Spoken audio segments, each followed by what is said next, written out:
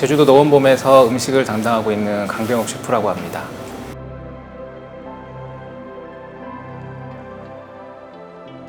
넘은 봄은 넘은이 이제 제주도 방언인데 육지말로는 진안이라는 뜻입니다. 그래서 해석하자면 진안 봄인데 어떻게 보면은 예전에 먹었던 것, 우리의 식재료나 레시피를 보존하기 위해서 지난 봄에 먹었던 것을 기억하고 남기자라는 뜻에서 넘은 봄이라는 레스토랑 이름을 짓게 되었습니다. 기본적으로 한식을 베이스로 제주 식재료를 다 활용하고 있는데요. 좀 더 깊게 들어가자면 제주 전통 식재료와 레시피를 제 스타일로 복원을 해서 좀 더 현대적으로 바꾸는 곳입니다.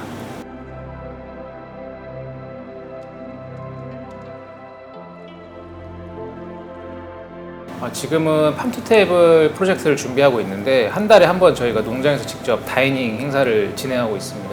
말 그대로 그러니까 농장에서 나온 거를 그대로 저희가 수급을 해서 그 자리에서 음식을 한 다음에 손님에게 바로 서빙하는 것으로 생각하시면 될 것 같습니다.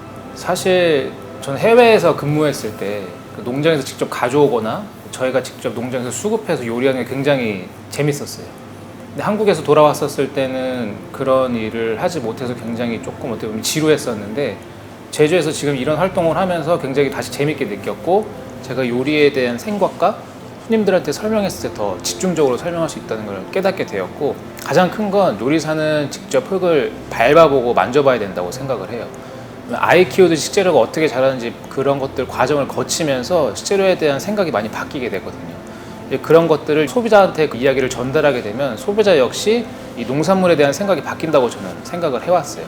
제주도로 내려와서 농장과의 이야기를 계속 전달하면서 그 이야기를 소비자한테 전달하는 걸 가장 집중적으로 준비하고 있고 팜투테이블 같은 경우는 직접 현장에서 그것들을 동시에 할 수 있기 때문에 가장 최적화된 행사라고 생각을 해서 그런 프로젝트를 계속 진행하고 있습니다.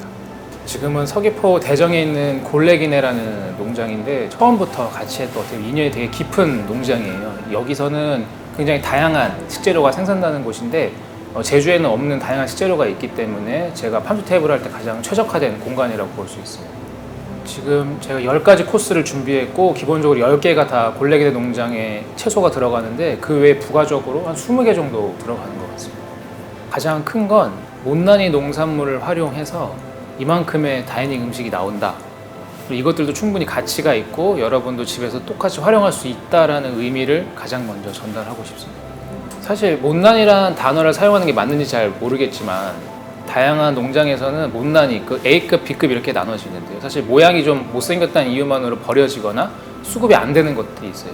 근데 사실 해외에서는 그런 구분이 없었는데 한국에 돌아왔을 때는 그런 것들을 좀 많이 나누고 파기하거나 버리는 부분이 굉장히 많더라고요. 저 같은 경우는 농장에 조금 도움을 드리고 소비자에게 좀 기회 전환을 드리기 위해서 그런 것들을 많이 수급해서 사용하고 있습니다. 가장 단순하게 이야기해보자면 규격, 어떻게 보면은 모양새와 그다음에 그람에 따라서 이게 A급, B급으로 많이 나누는데요. 사실 농약을 치냐 안 치냐의 차이도 있다고 생각을 해요. 이런 것들이 병해충을 먹기 때문에 B급으로 나오는 거고 내일 농장 가서 보시겠지만 사실 되게 자연적으로 다 자라고 있기 때문에 모양 가지각색 벌레들이 먹은 흔적들이 많이 보입니다. 근데 그런 이유 하나만으로 상품의 급을 나누면서 B급은 버려지거나 사용이 안 돼서 창고에 많이 묵혀져 있어요. 저희는 그런 것들을 활용해서 음식을 만드는 일을 하기 때문에 그런 것들이 소비자와 만났을 때 좀 더 생각의 전환이 필요할 거라 생각해서 그런 것들을 활용하고 있습니다. 사실 요리사는 어떻게 보면 단순히 음식을 만드는 사람이 아니라 이런 식재료도 잘 관찰을 해야 되고 활동가의 역할이 중요한데 저희같이 요리를 하는 전문적인 사람들이 이제 그런 것들을 활용해서 A급과 B급 구분 없이 모든 식재료가 맛있다라는 것을 소비자한테 전달할 수 있는 방법이 솔직히 제가 활용하는 게 제일 맞다고 판단을 해서 오히려 그런 것들을 가지고 와서 음식을 만들고 손님들에게 선보이고 있습니다. 100% 소비할 수 있습니다. 다를 게 없어요. 단지 좀 시간이 걸리는 손질 방법. 예를 들어서 오이가 일자로 되어 있으면 손질하기 편하지만 못난이 같은 경우는 좀 더 꺾여 있거나 모양이 조금 다르기 때문에 손질하기 좀 불편한 생각이 있긴 한데 시간의 차이라고 저는 생각을 합니다. 사실 없다고 봐야겠죠. 예를 들어 지금 당장 마트를 가셔도 야채 코너를 가셔도 뭐 오이나 당근, 가지 같은 걸 보더라도 다 똑같이 생겨 있잖아요. 그런 것들이 다 구분이 돼서 들어가는 거기 때문에 사실 일반적으로 마트에서는 보기 어렵다고 생각합니다. 가장 큰 거는 직접 농장을 방문하는 게 제일 좋지만 사실 현실적으로 그렇게 불가능하니까 저희 같이 활동을 하는 셰프들이나 농부님들이 운영하시는 뭐 SNS를 활용해서 바로바로 수급 받을 수 있는 방법밖에 없다고 생각합니다. 워낙 계획이 다양하긴 한데 우선적으로 가장 큰 거는 이 팜투테이블을 지속적으로 진행을 한 달에 한 번씩 할 거고, 그 외에도 제주 지역을 다니면서 농장들을 방문해서 그분들과 이야기를 나누고 그분들이 식재료를 활용해서 메뉴를 개발하는 게 어떻게 보면 중장기적인 프로젝트라고 할 수 있습니다.